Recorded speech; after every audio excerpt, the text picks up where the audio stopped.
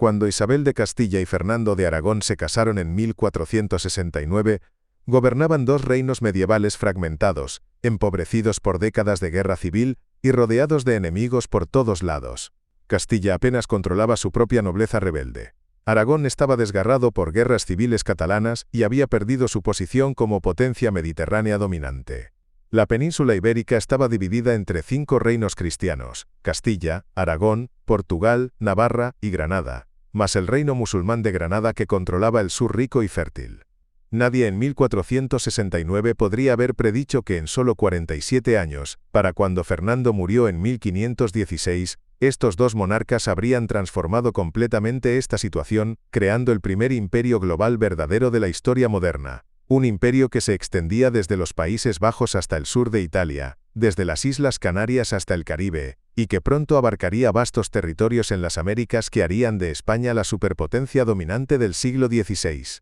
Hoy descubriremos la historia completa de cómo los reyes católicos crearon este imperio mediante una combinación brillante de guerra, diplomacia, matrimonios estratégicos y visión a largo plazo que transformó a España de un mosaico de reinos débiles en la primera potencia mundial verdaderamente global. Pero antes de sumergirnos en esta historia épica de cómo dos monarcas medievales crearon el primer imperio global moderno mediante conquista militar, alianzas matrimoniales y diplomacia brillante, si te fascinan las grandes historias de construcción de imperios y quieres conocer cómo España pasó de reino fragmentado a activa la campanita para no perderte ninguna historia donde la ambición, el genio político y la fuerza militar crean imperios que dominan siglos.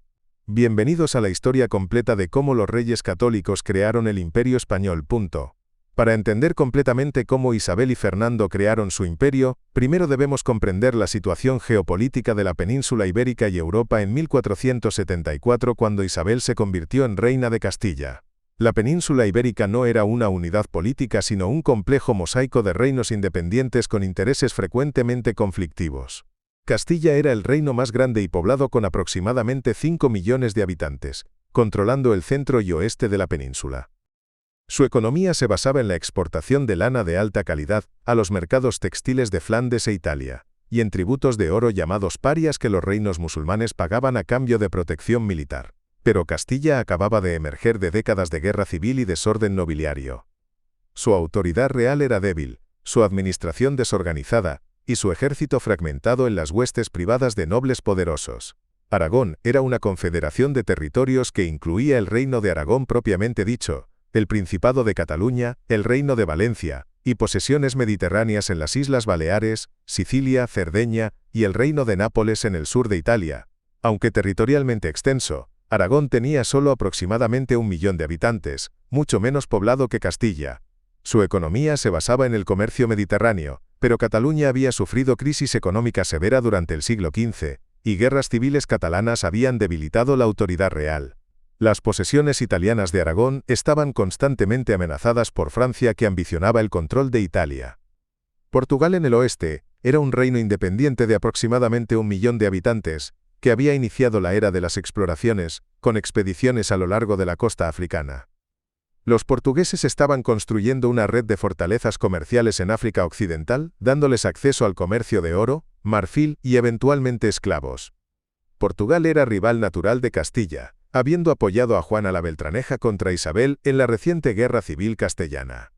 El pequeño reino de Navarra en el norte, ubicado estratégicamente entre Castilla, Aragón y Francia, tenía solo 120.000 habitantes pero importancia estratégica desproporcionada debido a su posición, controlando pasos montañosos cruciales entre España y Francia.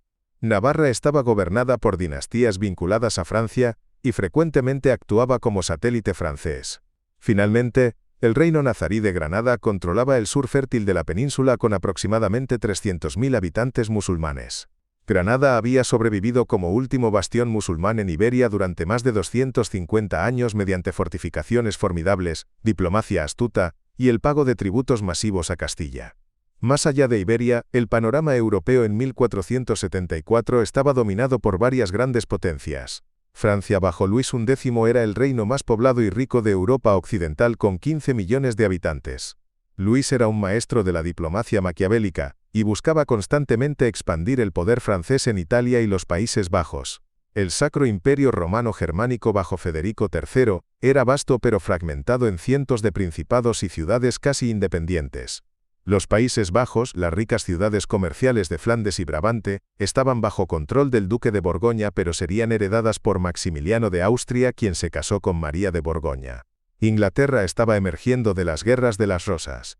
El Imperio Otomano bajo Mehmed II el Conquistador, quien había capturado Constantinopla en 1453, se expandía amenazadoramente en Europa Oriental y el Mediterráneo.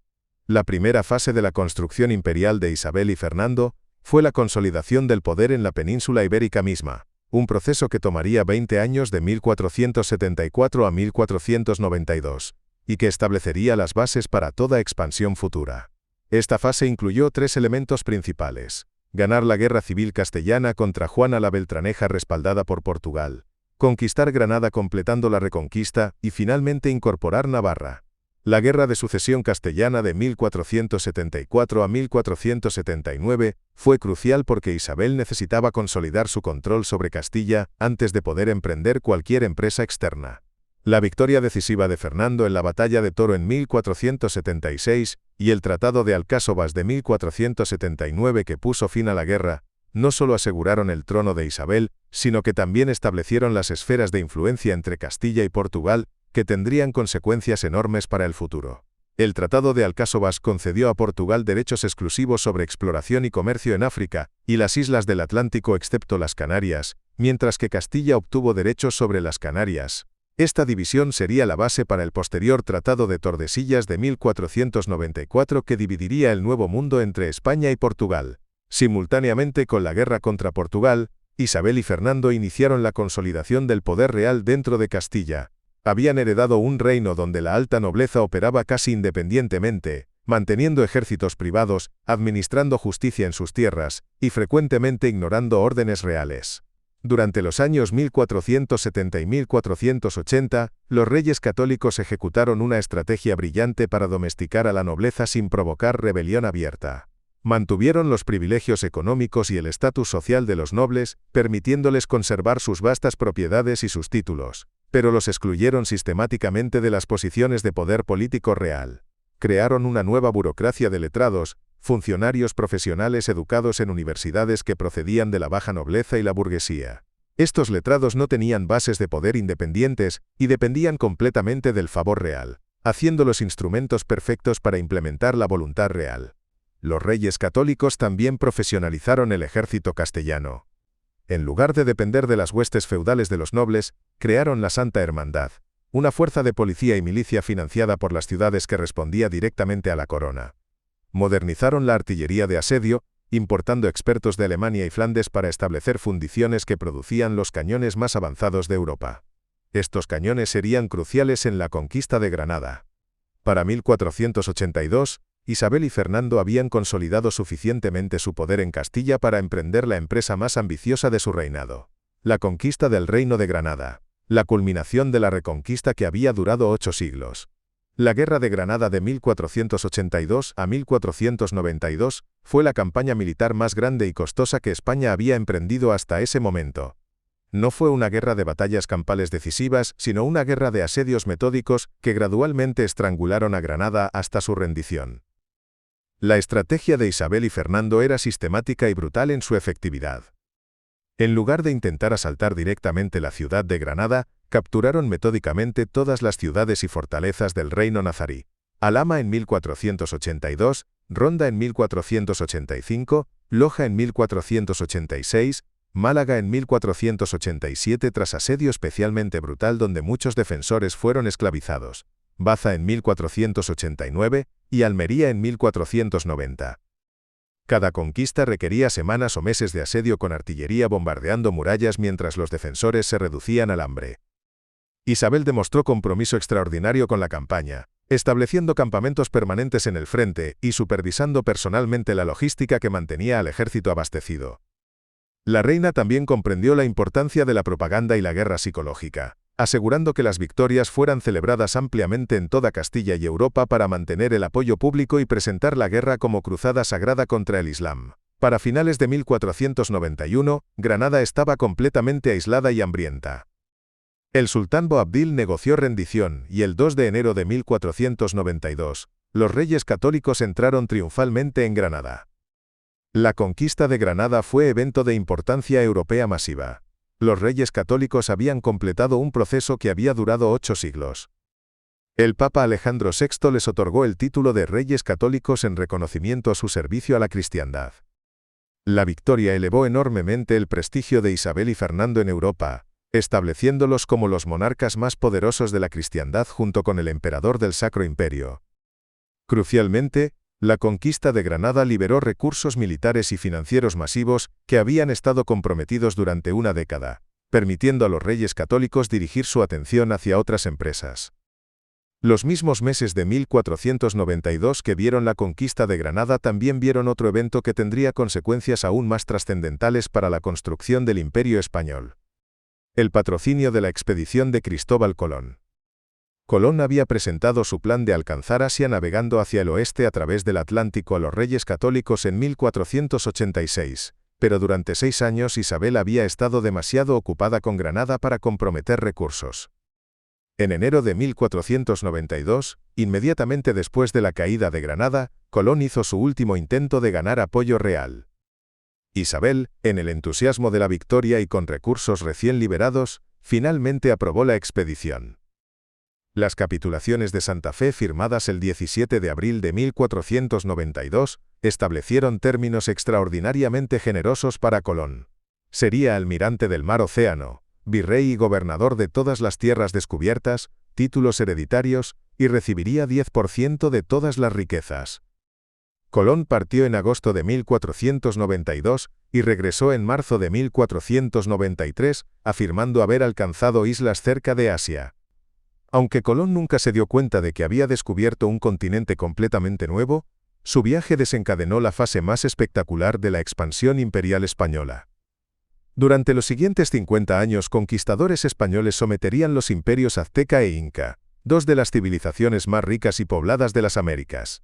Hernán Cortés conquistaría México entre 1519 y 1521, y Francisco Pizarro conquistaría Perú entre 1532 y 1533. Aunque ambas conquistas ocurrieron después de la muerte de Isabel en 1504 y de Fernando en 1516. Sin embargo, fue el patrocinio inicial de Isabel de Colón, y el establecimiento de las primeras colonias en el Caribe, lo que hizo posibles estas conquistas posteriores.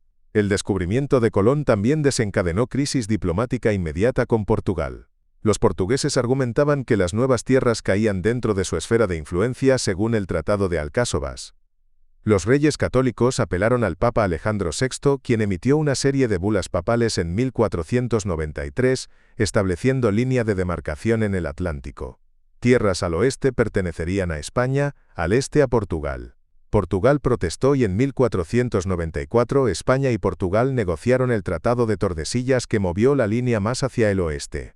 Esta línea, aunque completamente arbitraria, eventualmente explicaría por qué Brasil habla portugués mientras el resto de Sudamérica habla español. Mientras Castilla se expandía hacia el oeste a través del Atlántico, Fernando dirigía la expansión de Aragón en el Mediterráneo, específicamente en Italia. Italia en los años 1490 era un mosaico de estados prósperos pero militarmente débiles que atraían la ambición de las grandes potencias europeas. El reino de Nápoles en el sur de Italia había sido posesión aragonesa desde 1443, pero en 1494 el rey Carlos VIII de Francia invadió Italia reclamando Nápoles. Fernando, determinado a defender las posesiones aragonesas y a evitar que Francia dominara Italia, formó la Liga Santa en 1495 que incluía al Papado, Venecia, Milán, el Sacro Imperio y España contra Francia. Fernando envió a Italia al comandante más brillante que España produciría en generación, Gonzalo Fernández de Córdoba, conocido como el Gran Capitán. Gonzalo revolucionó la guerra europea creando los tercios españoles, unidades de infantería que combinaban la potencia de fuego de los arcabuceros con las formidables picas de los piqueros. En una serie de brillantes campañas entre 1495 y 1504, Gonzalo derrotó repetidamente a los franceses, culminando en las batallas de Ceriñola y Garellano en 1503 donde el Gran Capitán obtuvo victorias decisivas que expulsaron a los franceses de Nápoles permanentemente. Para 1504, Fernando controlaba completamente el reino de Nápoles, añadiendo un territorio rico y estratégicamente crucial al imperio aragonés en Italia. El control español de Nápoles y Sicilia convertiría al Mediterráneo central en un lago español durante el siguiente siglo. Simultáneamente, los reyes católicos ejecutaban una de las estrategias diplomáticas más brillantes de la historia europea: el uso sistemático de matrimonios dinásticos para crear una red de alianzas que rodearían y aislarían a su enemigo principal, Francia. Isabel y Fernando tuvieron 5 hijos que sobrevivieron a la infancia. Isabel, nacida en 1470, Juan, nacido en 1478, Juana, nacida en 1479, María, nacida en 1482, y Catalina, nacida en 1485. Cada uno de estos hijos fue casado estratégicamente para avanzar los intereses de España. La hija mayor, Isabel, fue casada en 1490 con Alfonso de Portugal, heredero del trono portugués. Este matrimonio pretendía reconciliar España con Portugal después de la Guerra Civil y crear alianza ibérica. Cuando Alfonso murió en accidente en 1491, Isabel se casó con su primo Manuel I, quien se convirtió en rey de Portugal en 1495. Este segundo matrimonio temporalmente unió las coronas de Castilla, Aragón y Portugal cuando Isabel fue brevemente heredera de Castilla antes de la muerte de su hermano Juan. Aunque Isabel murió en 1498 en parto, su hijo Miguel fue durante 2 años heredero de Castilla, Aragón y Portugal, casi creando unión ibérica completa. Aunque Miguel murió en 1500 terminando esta posibilidad, los matrimonios portugueses establecieron relaciones más cercanas entre las dos potencias ibéricas. El hijo varón Juan, heredero de Isabel y Fernando, fue casado en 1497 con Margarita de Austria, hija del emperador Maximiliano I del Sacro Imperio. Este matrimonio creaba alianza crucial con los Habsburgo contra Francia. Trágicamente, Juan murió apenas 6 meses después del matrimonio a la edad de 19 años, posiblemente por exceso de actividad sexual según algunos cronistas contemporáneos que sugirieron que el joven príncipe literalmente se agotó hasta morir en el lecho nupcial. Su muerte fue catástrofe dinástica que alteraría el curso de la historia española porque significaba que el heredero eventual sería su hermana Juana, cuyo matrimonio tendría consecuencias aún más trascendentales. Juana fue casada en 1496 con Felipe el Hermoso, hijo del emperador Maximiliano I y heredero de los vastos dominios de Borgoña que incluían los Países Bajos, los territorios más ricos de Europa. Este matrimonio era el coup diplomático más importante de Isabel y Fernando. Cuando Juan murió en 1497 y luego su hermana Isabel y su hijo Miguel murieron en 1498 y 1500 respectivamente, Juana se convirtió en heredera de Castilla y Aragón. Su hijo Carlos, nacido en 1500, eventualmente heredaría no solo España sino también los Países Bajos y el Sacro Imperio, creando el imperio más vasto que Europa había visto desde Carlomagno. Aunque ni Isabel ni Fernando vivieron para ver esto, su matrimonio de Juana con Felipe fue directamente responsable de crear el imperio Habsburgo español del siglo XVI. Las 2 hijas menores, María y Catalina, también fueron casadas estratégicamente. María fue casada en 1500 con Manuel I de Portugal, el mismo rey que había sido esposo de su hermana Isabel, consolidando aún más la alianza portuguesa. Catalina, la hija menor, fue casada con Arturo, príncipe de Gales, heredero del trono inglés. Cuando Arturo murió en 1502, Catalina se casó con su hermano menor Enrique, quien se convirtió en Enrique VIII en 1509. Como Catalina de Aragón, reina de Inglaterra, sería figura central en la historia inglesa, hasta que Enrique VIII buscó anular su matrimonio en los años 1530, desencadenando la Reforma inglesa. Pero en los años 1500 el matrimonio de Catalina creó alianza anglo-española contra Francia. El genio de esta estrategia matrimonial era que creaba un anillo de alianzas rodeando completamente a Francia.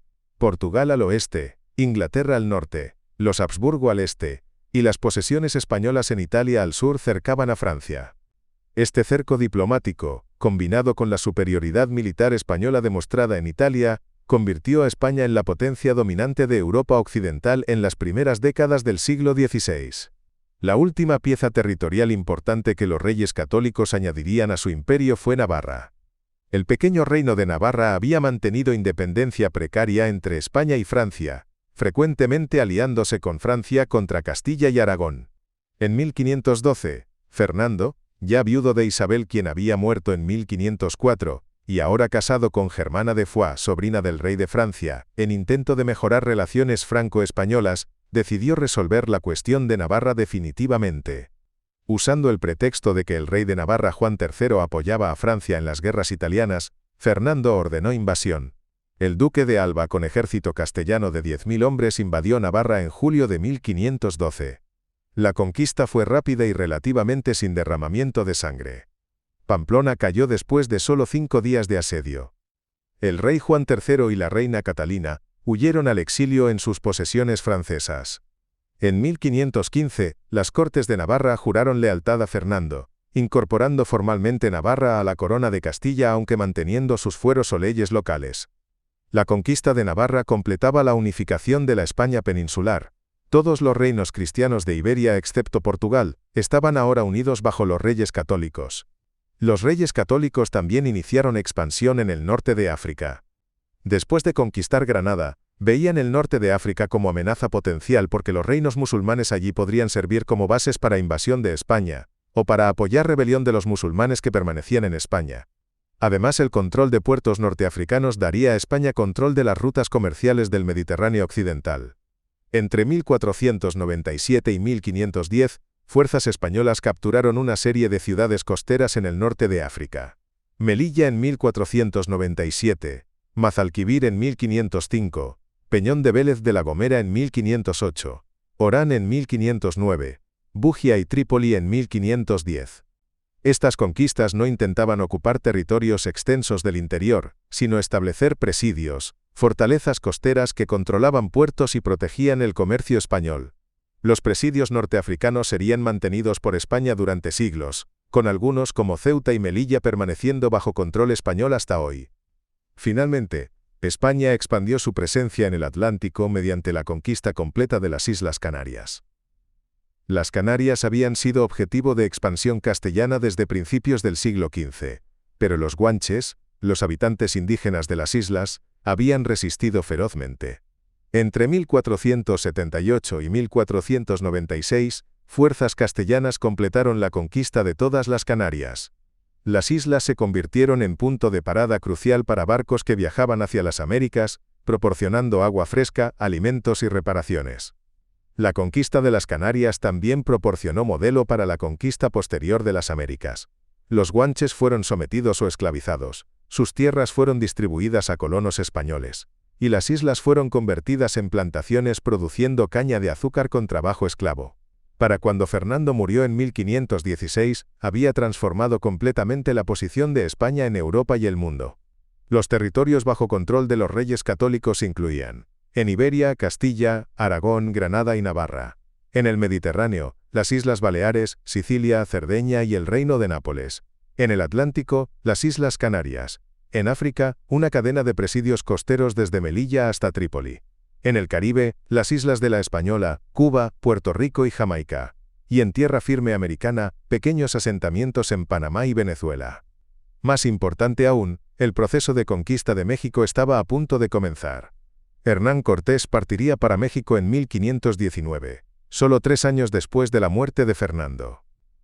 Este vasto imperio, el primero verdaderamente global en la historia moderna, no había sido creado por diseño maestro preconcebido, sino mediante una combinación de oportunismo, respuesta a amenazas y acumulación gradual de territorios durante 40 años.